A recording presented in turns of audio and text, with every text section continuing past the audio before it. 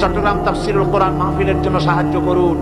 এ মাহফিল চলবে, এ মাহফিল চলবে ইনশাআল্লাহ। প্যারেড ময়দানে 144 ধারা দেওয়া হয়েছে 17 দিনের।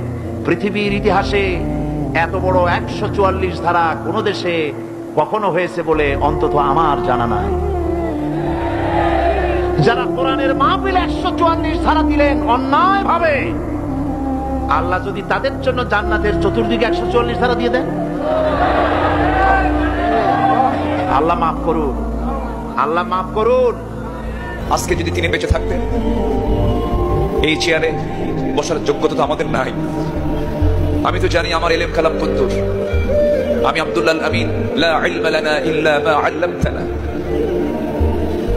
আজকে এই চেয়ারে তাকে মানায়। তিনি দুনিয়া থেকে বিদায় নিয়েছেন। তার বড় শখ দুটো ছিল, একটা হলো আল্লাহর ঘর জিয়ারা করা, তিনি প্রায় প্রায় বলতেন, আর আরেকটা হলো তিনি যেন বের হয়ে কোরআনের এই ময়দানের জন্য তিনি কথা বলতে পারেন। কিন্তু বাতিল শক্তিরা তাকে সেই তার চাওয়াটা পূরণ করতে দেয়নি। এই প্ল্যাটফর্ম থেকে সুস্পষ্ট ভাষায় জানান দিতে চাই, আল্লামা সাঈদীর মতো এই কিংবদন্তির হত্যার সঙ্গে যারাই জড়িত চূড়ান্ত শাস্তি নিশ্চিত করা হোক। এমাদের পক্ষে রাজি আছেন কারা কারা? হাত উঁচু করে দেখান মুসলমান। আল্লাহ তাআলা প্রতি 100 বছরে একজন মুজাদ্দিদ পাঠান। প্রতি 100 বছরে একজন মুজাদ্দিদ, যিনি সমাজকে সংস্কার করেন। আল্লামা দেলোয়ার হোসেন সাঈদী রাহিমাহুল্লাহ ছিলেন তেমন একজন মুজাদ্দিদ। চিৎকার করে বলেন ঠিক কিনা?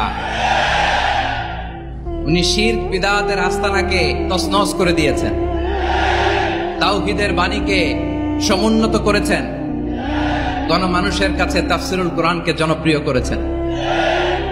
উনি অন্যায়ের বিরুদ্ধে সবসময় সোচ্চার ছিলেন, প্রতিবাদী কণ্ঠস্বর ছিলেন। ওনার আলোচনা শুনলে দেহের রক্ত টকবক করে ফুটতে থাকতো।